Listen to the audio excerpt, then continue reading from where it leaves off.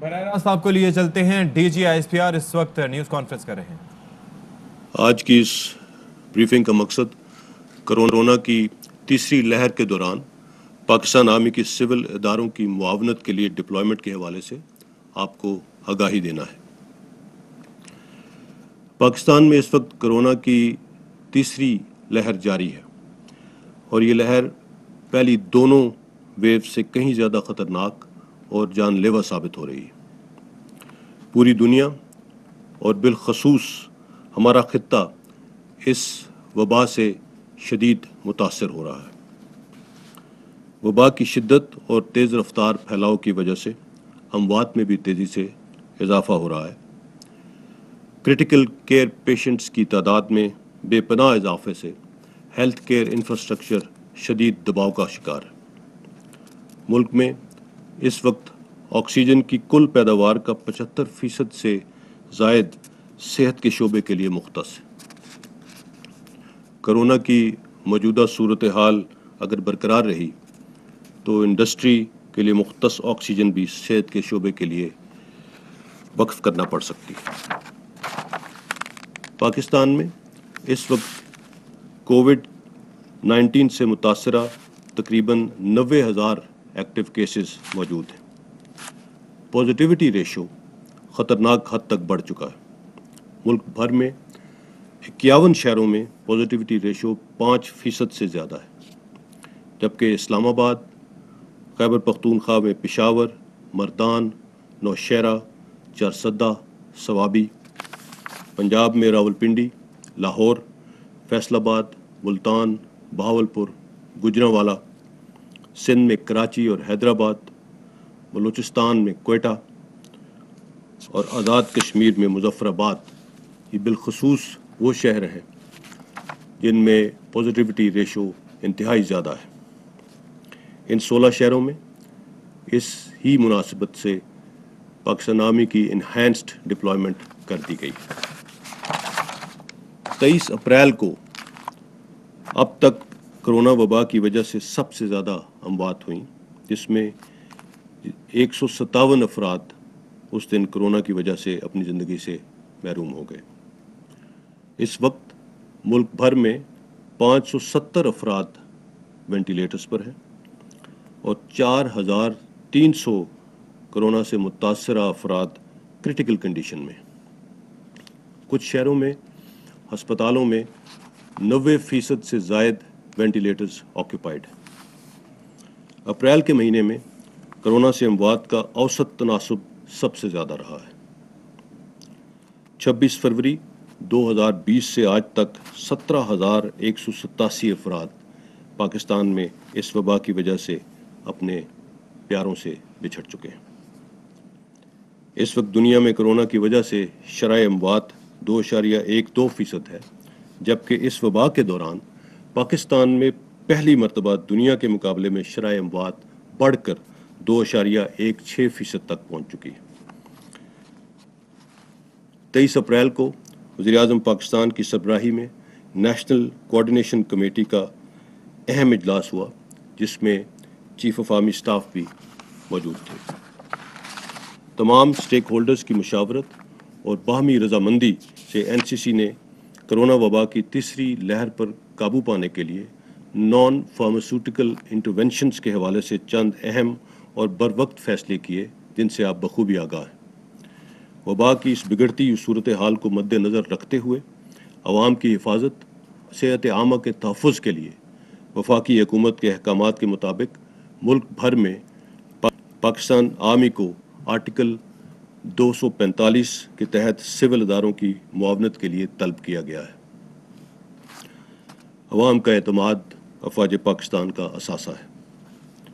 آزمائش کی اس کڑی میں پاکستان آرمی اپنی تمام تر صلاحیتوں کو بروئے کار لاتے ہوئے عوام کی صحت اور حفاظت کے لیے ہر ممکن اقدام اٹھائے گی اور ملک کے طول و عرض میں ہر کونے تک پہنچ کر عوام کی حفاظت کو یقینی بنائیں گے. کرونا وبا کے خلاف حفاظتی تدابیر پر عمل درآمد اور لا اینڈ آرڈر سچویشن کی بنیادی ذمہ داری سول اداروں کی ہے.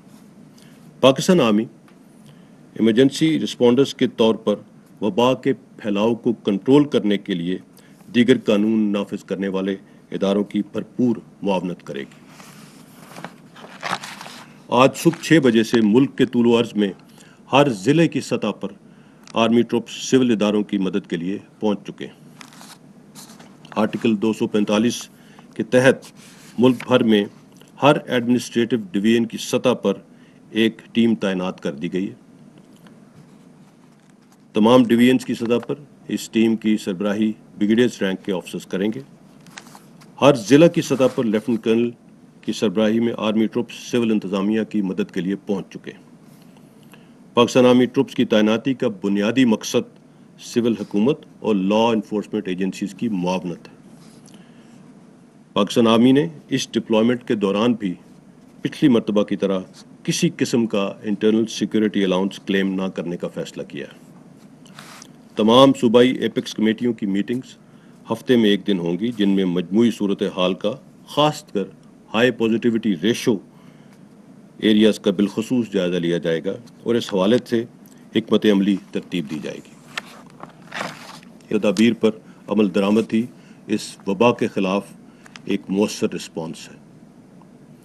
ہم سب کو مل کر انفرادی اور اجتماعی طور پر اپنی اپنی ذمہ داریوں کو نبھانا ہوگا تاکہ عوام کی صحت اور حفاظت کو یقینی بنایا جا سکے۔ فیس ماسک کا استعمال، سماجی رابطوں اور سوشل ڈسٹینسنگ کے حوالے سے حفاظتی گائیڈ لائنز پر عمل کر کے ہی ہم اس وبا سے محفوظ رہ سکتے ہیں۔ رمضان المبارک کا بابرکت مہینہ ہمیں احساس اور نظم و ضبط کا درس دیتا ہے۔ گھروں میں، مساجد میں اور باقی تمام جگہوں پر حفاظتی تدابیر کو یقینی بنا کر ہم ایک دوسرے کی مشکل ٹائم میں مدد کر سکتے ہیں۔ اس وبا کے آغاز سے اب تک عوام کے تعاون اور احساس ذمہ داری نے ہمیں دیگر ملکوں کے مقابلے میں اس وبا کے انتہائی خطرناک نقصانات سے محفوظ رکھا، اور اب بھی انشاءاللہ بحیثیت قوم ہمیں پہلے سے بھی زیادہ احتیاط اور ذمہ داری کا مظاہرہ کرنا ہے۔ رمضان المبارک کے مہینے میں اپنے ارد گرد کے لوگوں کا احساس کریں۔ اللہ تعالیٰ سے دعا ہے کہ سب کو اس وبا سے محفوظ رکھے۔ وہ تمام لوگ جو اپنی جان کی پرواہ کیے بغیر دوسروں کی زندگیاں بچانے میں مصروف ہیں، اللہ تعالیٰ ان کی کاوشوں کو کامیاب کرے، آمین۔ D G S P R media briefing دے رہے تھے اور ظاہر ہے کہ ان کا یہی کہنا تھا کہ فیس ماسک کا استعمال اور حفاظتی گائیڈ لائنز پر عمل کر کے ہی ہم کورونا جیسی موذی وائرس سے نمٹ سکتے ہیں۔ اوبیسلی اس کی جو تیسری لہر ہے اس نے دنیا بھر میں تباہی مچا دی ہے۔ پڑوسی ملک بھارت میں جو صورتحال ہے، 3 لاکھ سے زائد کیسز وہاں پر رپورٹ ہو رہے ہیں، تو پاکستان میں بھی اب صورتحال کی نزاکت کو سمجھتے ہوئے لوگوں کو SOPs کو فالو کرنا ہوگا۔ اور D G S P R نے اسی متعلق کہا کہ ہم سب کو مل کر انفرادی اور اجتماعی طور پر اپنی ذمہ داریوں کو نبھانا ہوگا۔ قیام امن کے لیے پاک فوج سول اداروں کی بھرپور مدد کرے گی اور فوج کی تعیناتی کا بنیادی مقصد صرف اور صرف سول اداروں کی معاونت ہے۔ پاکستانی آرمی نے کسی بھی قسم کا انٹرنل سیکیورٹی الاؤنس کلیم نہ کرنے کا فیصلہ کیا ہے، یہ بتانا ہے D G S P R کا۔ آج صبح 6 بجے سے تمام اضلاع میں انتظامیہ کی مدد کے لیے پاک فوج کی ٹیمیں پہنچ گئی ہیں، اور ساتھ ہی انہوں نے یہ بھی کہا کہ احساس ذمہ داری کی وجہ سے ہمیں اس وبا نے دوسرے ممالک کی نسبت زیادہ نقصانات سے بچایا ہے۔